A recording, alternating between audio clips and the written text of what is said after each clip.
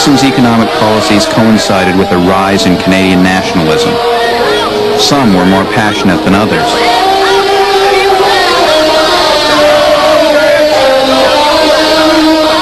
From that day on, the government took Nixon at his word that each country should look out for its own interests. Canada has increasingly found it important to diversify its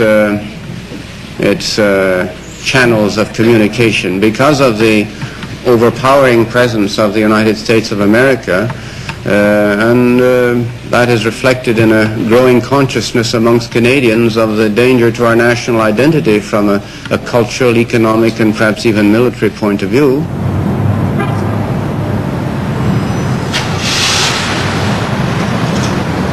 If there's one thing that stands out as a symbol of the economic nationalism of the 1970s, it is Petro-Canada, the country's publicly owned oil company. But Pierre Trudeau and his government undertook a number of other major initiatives as well. There was the Canada Development Corporation, content rules for Canadian television, a change in the tax laws so that Time could no longer pose as a Canadian magazine, FIRA, the Foreign Investment Review Agency, and finally the National Energy Program, whose goal was 50% Canadian ownership of the petroleum industry.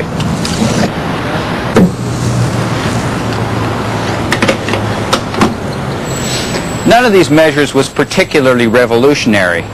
In fact, every major industrialized country, including the United States, has restrictions on foreign control.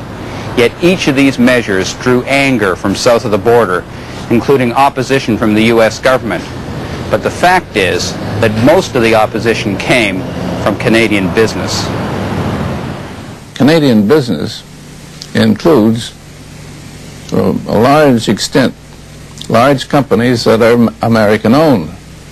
So when you think of the Canadian business community, you're really thinking of the subsidiaries of American companies.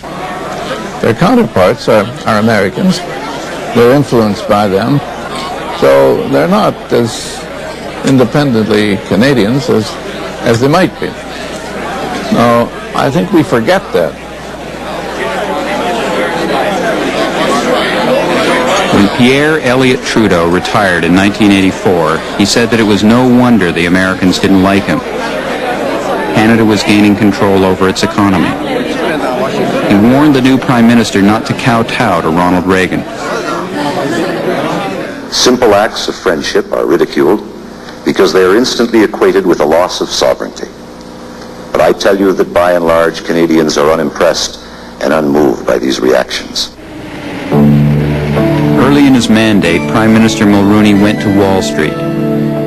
He told the business elite that his government was transforming FIRA into an agency to encourage foreign investment, and that he would scrap the National Energy Program. Our message is clear. Here and around the world, Canada is open for business again. We are in some ways closer to the United States and more tied in with them than Poland or Hungary are with the Soviet Union. We're more in their orbit than they are because they, after all, have the great advantage of difference in speech and difference in religion, which makes a very great difference. English-speaking Canada has neither of these. Now, you say, can we survive in those circumstances as a separate independent state? It'll all depend on what Canadians want. If they have the will to survive, of course we will. But if they don't care or they don't know what to do, we may not. Most people are stuck with the homelands that they're born into. If you're born in Poland, you're Polish. If you're born in Italy, you're Italian. That's all there is to it. Canadians are different. Canadians have believed throughout their history for 200 years that we have a choice about our homeland.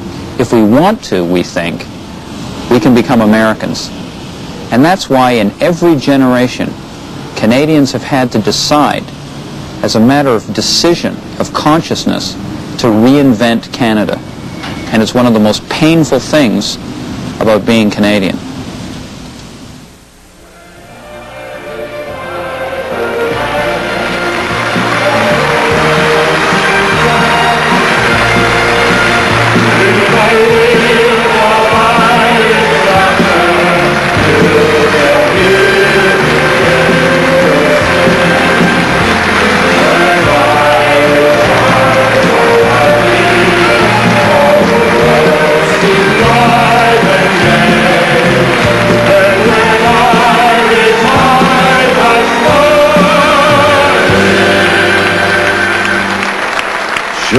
might steal your heart away.